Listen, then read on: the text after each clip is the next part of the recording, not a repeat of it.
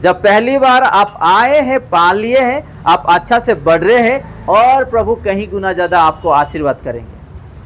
लेकिन आप धोखा देके जाएंगे, आने वाले दिनों में फिर तू भाग के उसके चरणों में आने वाला है। हालेलुया। क्योंकि इस दुनिया में कोई सुनने वाला नहीं, बचाने वाला नहीं, उसके चरणों में तू भाग के आने वाला। उसी समय में प्रभु आपको देरी करेगा ही करेगा, क्योंकि पहली बार आपने उसको धोखा दिए है। अभी पछताव का जीवन, परिवर्तन का जीवन, रोने का जीवन, गिड़गिड़ाने का जीवन आएगा। वो हालात, वो मौका किसी को नहीं देना है, अपने हाथों से नहीं गंवाना है। पहली बार जब यीशु मसीह ने कुछ अपना जीवन में कर रहा है, हम खुशी से और बढ़ना है। लेकिन हम क्या कर रहे हैं? कुछ पाने के लिए आ रहे, पाने के बाद चले जा रहे हैं, और कुछ साल के बाद, कुछ महीनों के बाद, कुछ दिनों के बाद आ रहे। उस समय में भी प्रभु जल्दी नहीं सुनते हैं। चलो, एक पिताजी को एक बेटा या बेटी धोखा दे दिए, दूसरी बार वो विश्वास करेगा क्या? वो बताओ। बेटी बोलेगा कि पिताजी या मम्मी, मेरे स्कूल के लिए, कॉलेज के लिए मुझे इतना पैसा चाहिए, मुझे देना पड़ेगा। अपने बच्चों के लिए तो हम मेहनत कर रहे हैं ना, माता पिता। कहीं से कहीं 1 लाख रुपए उसको ज़रूरत था, दे दिए। वो लेके, किसी लड़का या लड़की वो लेके भाग गया, और 1 लाख रुपए लेके। एग्जाम्पल दे रहा हूँ। वो लड़का अच्छा नहीं है, लड़की अच्छा नहीं है। 1 महीना, 2 महीना, 1 साल गुजारे, बाद में उन लोग को प्रॉब्लम हुआ, फिर कहाँ आएंगे उन लोग? मम्मी डैडी के घर में आएंगे, और कहीं नहीं जाने वाले। क्योंकि कौन देगा उसको, कौन खिलाएगा? आपको ये बात समझ में? फिर बाद में मम्मी और डैडी क्या बोलेंगे? बताओ, जाओ उसको उठाओ। मम्मी और डैडी क्या बोलेंगे? हमको आपने धोखा दिए है, हमारा मेहनत का जो पैसे हैं आपने नष्ट किए हैं। उसको विश्वास नहीं करेंगे, कितना भी वो पूछने दे। मैं सच बोलता हूं मम्मी और डैडी, मैं ये बार जो है ऐसा नहीं करूंगा, मैं अच्छा पढ़ाई करूंगा, फिर से पाँव में खड़ा होऊंगा। बोलने से भी मम्मी डैडी यकीन नहीं करेंगे कि पहले तूने पैसा बर्बाद किया, धोखा दिया तूने। हालेलुया। कितने लोगों को आई बात समझ में? मैं आप लोगों को बचनों से उदाहरण दे रहा हूं ताकि आप लोग अच्छा से समझ सकें। तो हमारे जीवन में ऐसा कभी नहीं होना चाहिए। और एक वचन देखें, मत्ती उसका 24 अध्याय 48 से लेकर के 51 तक।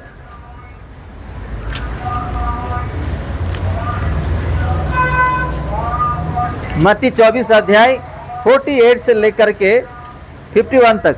परंतु यदि वह दुष्ट दास सोचने लगे कि मेरे स्वामी के आने में देर है, और अपने साथी दासों को पीटने लगे और पियक्कड़ों के साथ खाए पिए, तो उस दास का स्वामी, फिर से हम पढ़ेंगे, परंतु यदि वह दुष्ट दास सोचने लगे कि मेरे स्वामी के आने में देर है यानी कौन?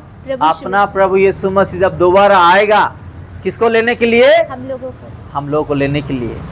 ऐसे दासों के लिए, ऐसे विश्वासियों के लिए प्रभु यीशु मसीह यहाँ पे एग्जाम्पल देके बता रहे हैं। पढ़िएगा।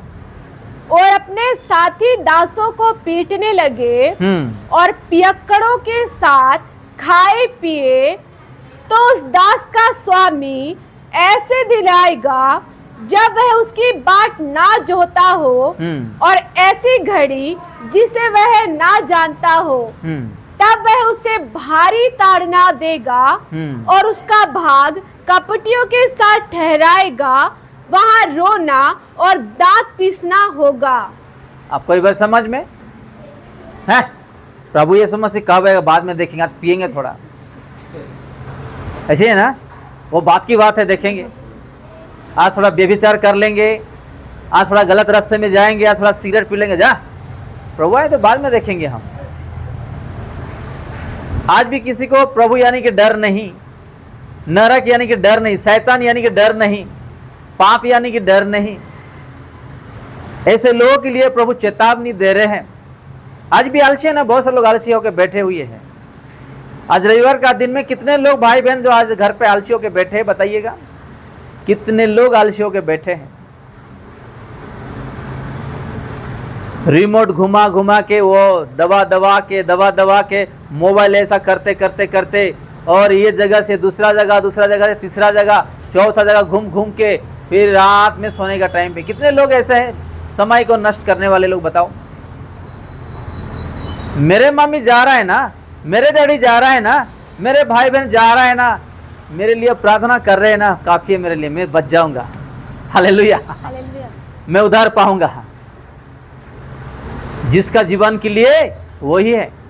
कोई मामी डैडी, कोई भाई बहन, कोई बेटे बेटी, कोई सास ससुर या दामाद या बहू या बेटे या बेटी, कोई हमको उद्धार नहीं करने वाले। अपना जीवन के लिए हम उद्धार पाने के लिए प्रभु का वचनों में चलना है।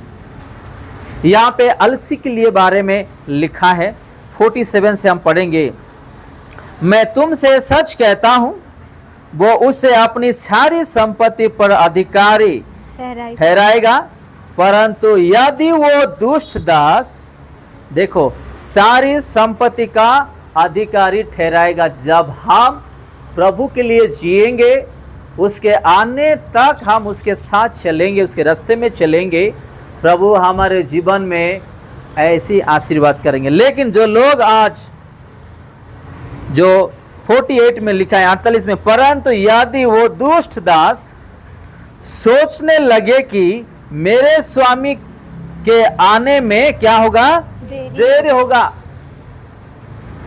है कि नहीं। मेरा यीशु मसीह आज नहीं तो कल आएंगे, उन्होंने कहा है।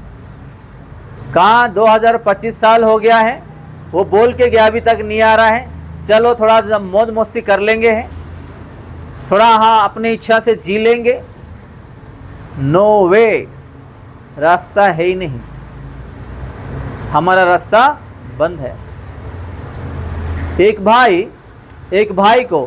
अन्य जाति था, एक भाई विश्वासी था। उन लोग छोटे उम्र में से ही उन लोग स्कूल और कॉलेज गए, बाद में उन लोग नौकरी के लिए गए। एक ही रूम में उन लोग भाड़ा लेके रहते थे, और तब से ही छोटे में से ही यीशु के बारे में अन्य जाति भाई को बोलता था कि तू बाइबल पढ़ ले, प्रभु में बढ़, क्योंकि उद्धार करता वही है। तुझे और मुझे बचाने वाला इस दुनिया में कोई नहीं है, परिवर्तन हो जा, तो बाइबल पढ़ के जान ले प्रभु के बारे में। लेकिन उन्होंने नहीं पढ़ता था, विश्वास नहीं करता था। तुम मरने से नरक जाएगा, तुझे यीशु मसीह और मुझे, इस दुनिया के लोगों को बहुत प्रेम कर रहे यीशु मसीह, सुधर जाओ। एक दिन अचानक वो मर गया है। जब मर गया, ऊपर से नीचे आग में जलते हुए उसका आत्मा चीखते हुए, चिल्लाते हुए जाते समय, नहीं नहीं नहीं, यीशु मसीह तो धोखा देने वाला यीशु मसीह है, लोगों को तो ऐसे ही नरक में फेंकने वाला यीशु मसीह है, आग में डालने वाला यीशु मसीह है, वो प्रेम करने वाला यीशु मसीह नहीं है, ये झूठे झूठे बोल के चिल्ला के वो नीचे गिर रहा था। प्रभु यीशु मसीह देखा और जाओ उसको लेकर के आओ करके स्वर्गदूत को आज्ञा दिया। जब आज्ञा दिया, एक सेकंड भी नहीं लगा, उसको उठा के गेट में लाके खड़ा कर दिए। जब उन्होंने गेट में खड़ा हुआ, गेट खुलने लगा। इतना सुंदर, इतना रोशनी दुनिया में आप देख भी नहीं सकते, उतना चमकता हुआ शांति, आनंद। यीशु मसीह सामने खड़े हैं, स्वर्गदूत खड़े हैं, बहुत सारे लोग वहाँ पे हैं। ये 2 कदम आगे बढ़ते और सुंदर है, और 2 कदम आगे बढ़ते समय राइट और लेफ्ट में उन्होंने किया हुआ हर एक पाप अपना आंखों में वो देख रहा है। क्या उन्होंने किया हुआ पाप जो है अपने आंखों में पर्दे पे देख रहा है वो।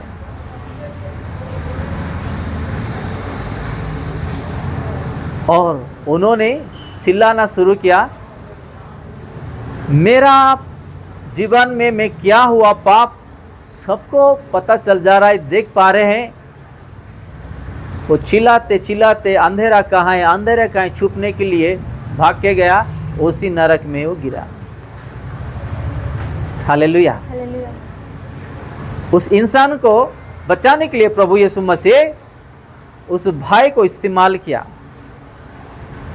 अभी नरक वो गया या प्रभु यीशु मसीह उसको भेज दिए? बताओ। खुद गया या प्रभु यीशु मसीह उसको डाला? बताओ। खुद गया वो। आज भी यीशु मसीह ऐसे ही बहुत लोगों को उद्धार करना चाहते हैं, बचाना चाहते हैं, लेकिन आज जो है लोग नाम ही नहीं लेते हैं। घर में कोई अगर यीशु मसीह के बारे में बताएंगे या पहचान वाले लोग कोई बताएंगे, ये कान में सुनते, ये कान में छोड़ देते हैं।